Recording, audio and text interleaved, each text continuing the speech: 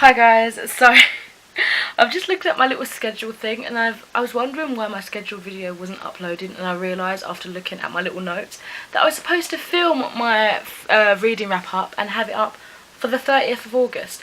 It is now the 31st and it's like going up to 9 o'clock I think, and my battery's dying and I've been out socialising. The last few days have been quite hectic in terms of like family related stuff, so I've just not been in the right headspace. I forgot basically, so yeah, do excuse me. I think that might throw out the whole of September, my scheduled video. I don't know, we'll figure it out as we go along. Anyway, as I already mentioned, I'm here to do my reading wrap up, all the books that I read during August. I always forget which month it is. So yeah, I actually read quite a lot. Some of these I'm gonna be honest rather, I've forgotten quite a bit about. So let's just see. Let's have a little gander what I've read.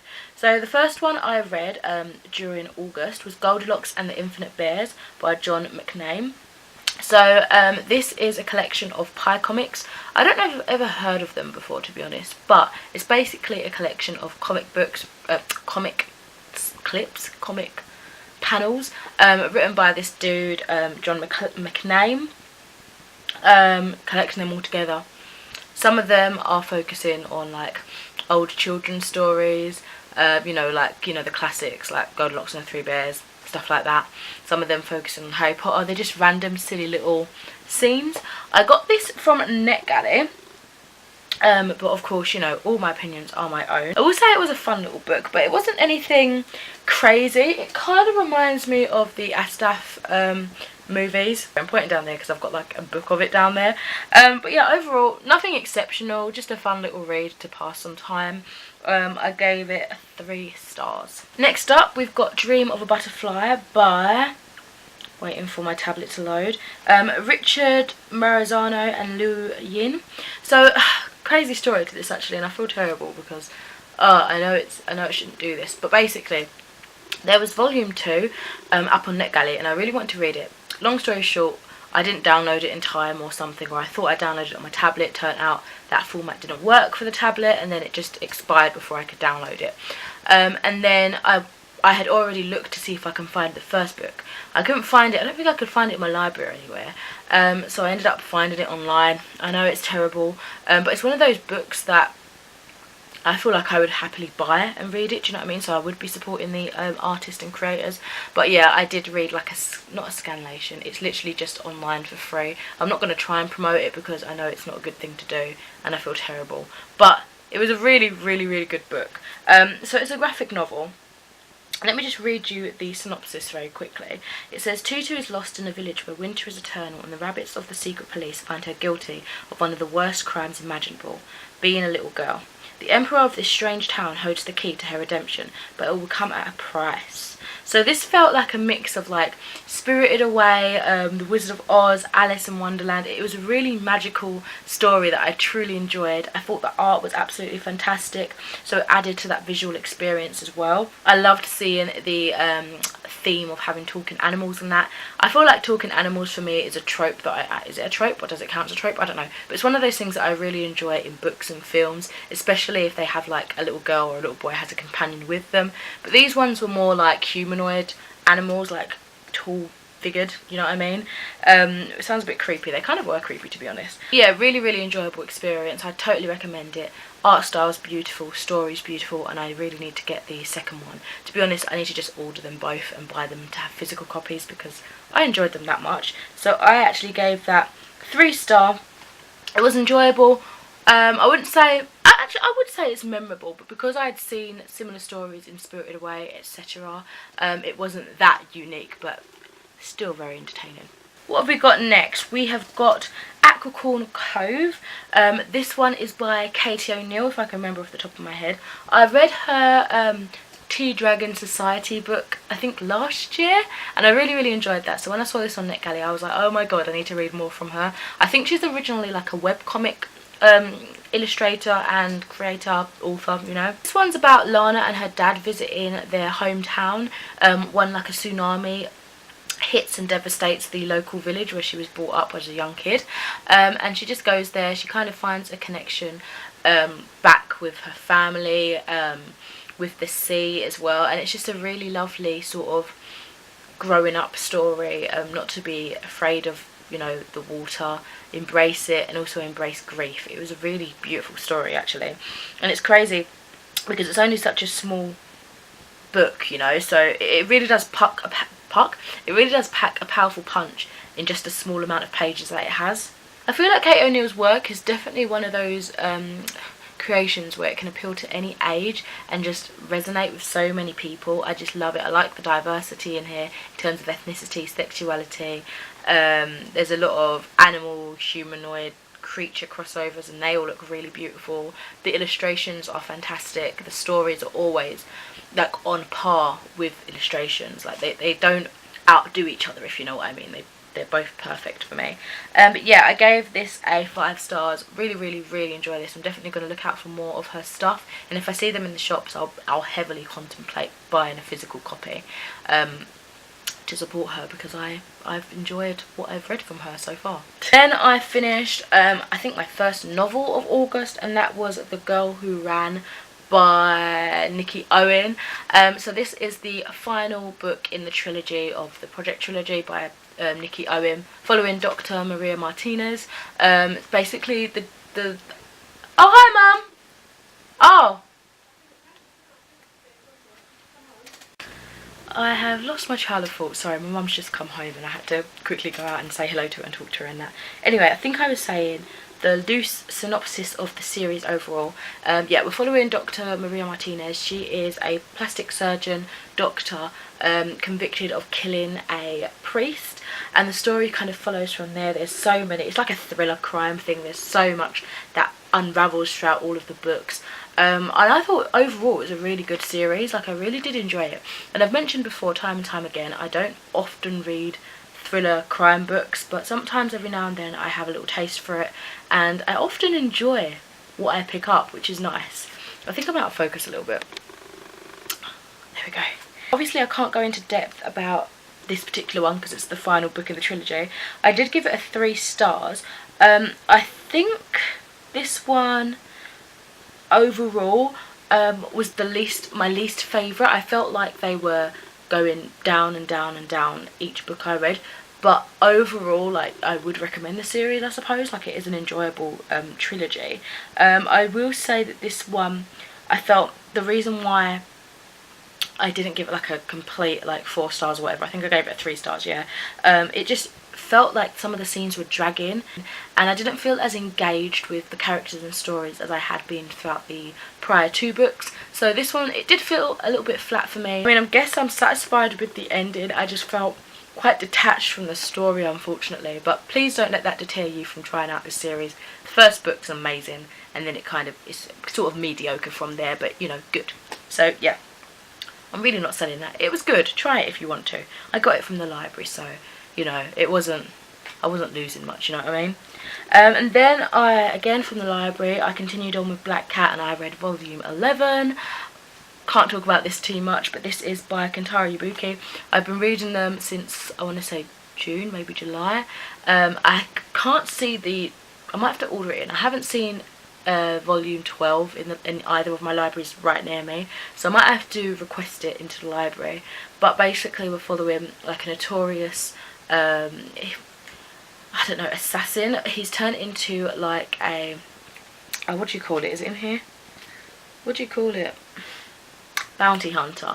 And he's basically, you're just following him and his partner Sven, and you're unraveling like secrets of his past and people that he'd rather not see again, and it's crazy. Like, there's a lot of fights, and it's an amazing series, to be honest. I gave this one a 3 star. I will say it wasn't as memorable as the other stories have been, like the other volumes in the series, but still enjoyable, I think. I don't like the front cover though.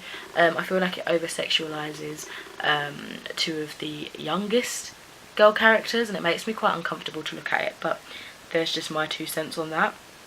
Following that, it was a bit of a graphic novel kick from here on, I think.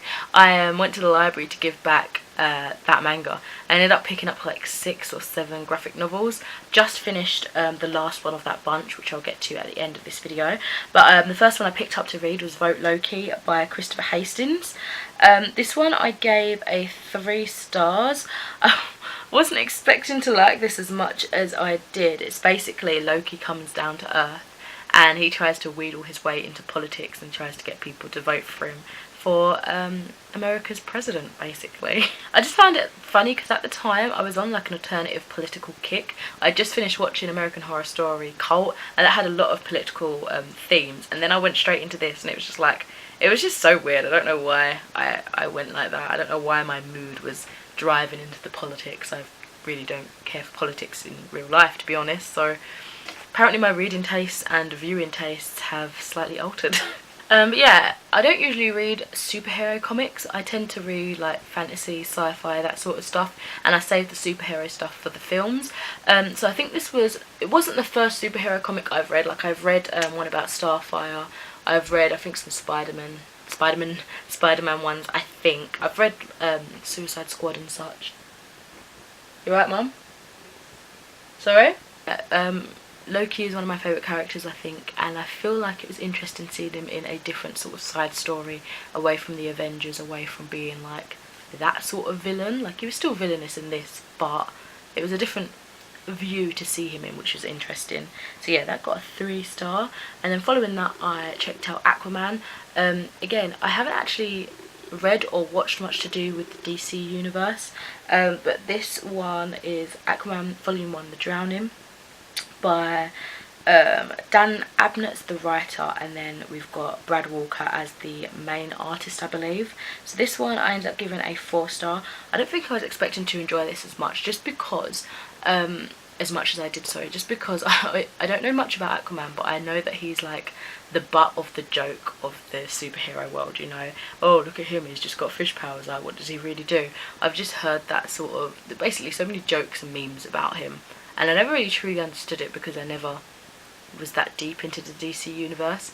But I don't know, what with the new Aquaman film coming out, I think, and Jason, is it Momoa? I can't remember. Momoa? Yeah.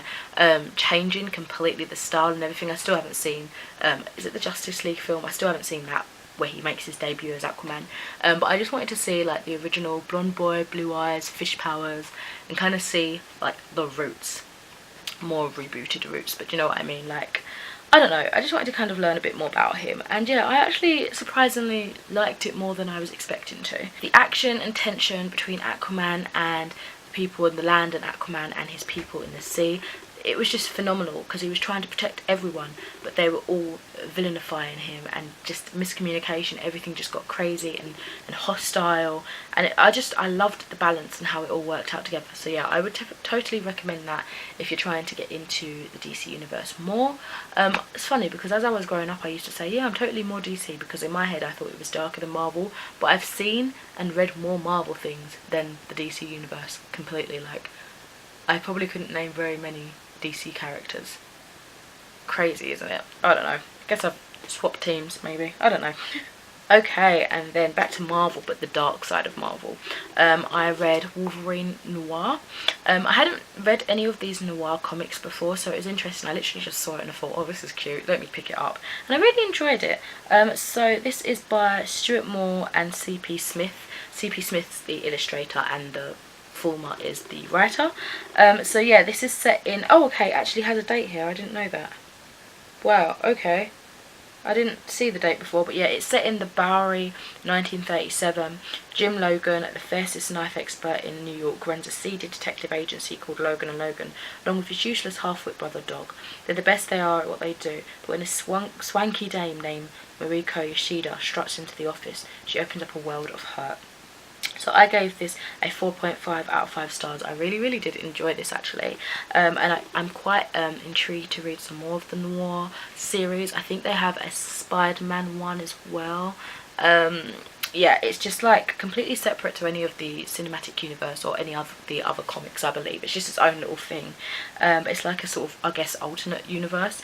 But yeah, it was brilliant. I really don't know much to say about it because I really just enjoyed it for what it was, you know. I don't know how it works against Wolverine's origins, but as I've just mentioned, I view it as its own separate thing. Don't know if I'm using the word canon right, but I feel like I need to throw that term out there. I've never actually understood what canon means, like, in terms of comics. I just can't wrap my head around it. I don't get it. I'm just an idiot. But yeah, I think Wolverine is another of my favourite Marvel characters. So again, it was nice to see him in a different storyline. Something, I don't know, more fleshed out. I felt like I could see more emotions in him. I will say though, we did skip, like, I felt like scenes were skipped and it left me a bit confused as to how we got from here to 100 real quick. So I don't know, there were some scenes where I felt like could have been polished over a little bit more, fleshed out a little bit more for me to fully understand, or maybe I just missed it because I'm stupid. I don't know.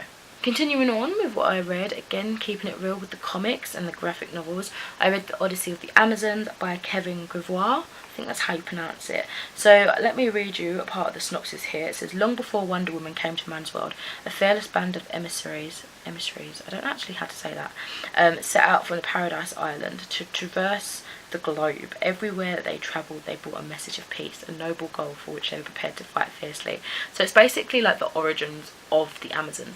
I heard that it actually completely redoes the origins of the Amazons. It's a complete different story, and I can understand how that would upset people, but I didn't really know the background of them that much, so I enjoyed it for what it was. I thought it was a really good read actually. I gave it a 5 star. I loved how, again, diverse it was. They were travelling the globe. Their kind of mission was to find true Amazons across the world, and I just loved as well how it balanced Greek and Norse mythology. That was really interesting how they worked with that. Overall, really did enjoy that.